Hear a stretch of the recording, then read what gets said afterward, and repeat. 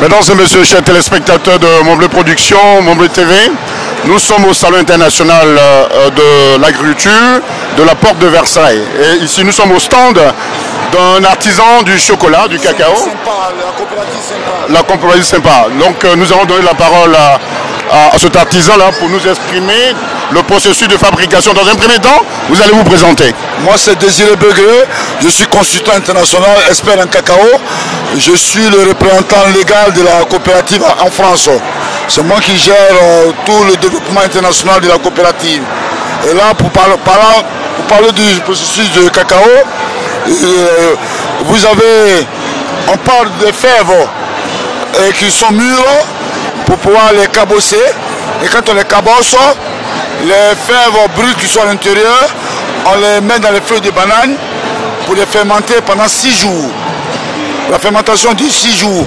Et on fait un brassage chaque 2 jours. C'est-à-dire on ouvre les feuilles de banane et on les mélange chaque 2 jours. Après, sachez que la fermentation est cruciale pour l'arôme du chocolat. Une bonne fermentation donne un bon chocolat. Ça, c'est un indice premier. Et quand on arrive après la fermentation, on passe à l'étape du séchage. C'est-à-dire les grains qui ont été fermentés, on les étale sur des clés. Et puis on les sèche naturellement avec le soleil. Après le séchage, on a ce genre de grains là, que vous voyez. On a ces grains là, des grains séchés. Et ces grains séchés, qu'est-ce qu'on fait? On va les concasser. Quand on les concasse, on la graine. La concasser veut dire enlever les grains de coque. Et quand on enlève les grains, on va torréfier les grains. C'est-à-dire que c'est à une forte température, c'est comme les griller. Et quand on finit les griller, il y a de l'huile qui sort. Et l'huile qui se met au repos donne la masse le beurre de cacao. Le beurre. Et maintenant, les grains torréfiés vont être broyés pour avoir la masse. Et ces deux entités, ces deux éléments différents qui vont venir chez les chocolatiers. C'est ce qui nous commande, nous, les coopératives. Donc d'un côté, il y a la masse. Et d'un côté, il y a le beurre. Il y a le beurre. C'est les deux éléments semi-finis qui voyagent dans le monde, qui vont chez les chocolatiers. Et maintenant, ils ajoutent des saveurs. Le beurre permet de faire du chocolat blanc, de faire aussi des pommades. Les cosmétiques utilisent le beurre. Dans toutes les pommades, il y a toujours un pourcentage de beurre et de cacao.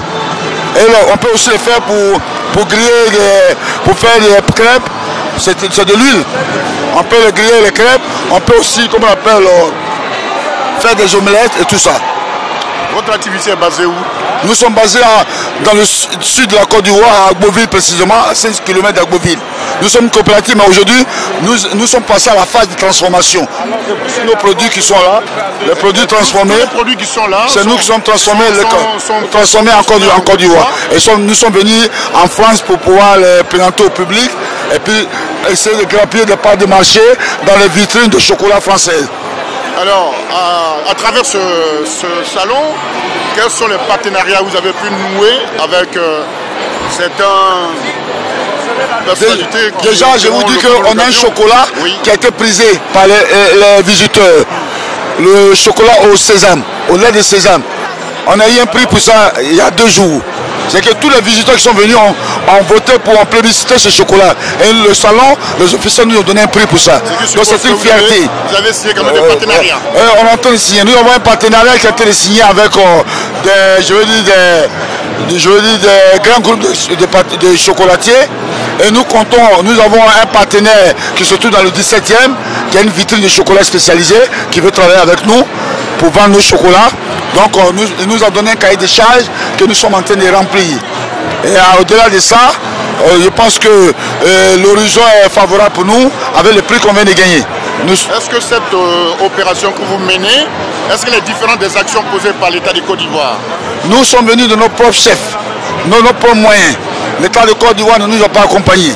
Nous sommes venus, on a pris nos stands. Et nous, comme des grands garçons, on se bat bien.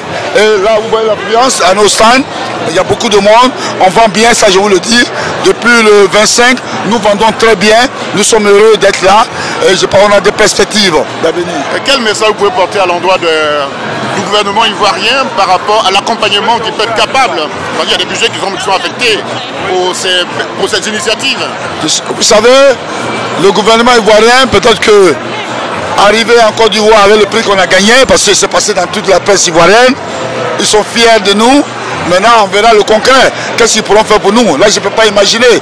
Je ne suis pas dans le charlatanisme.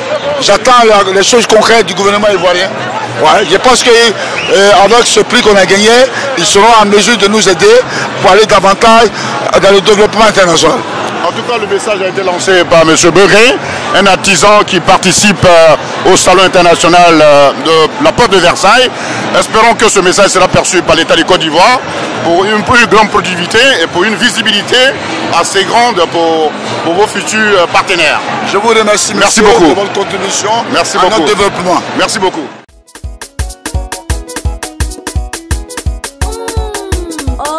Okay.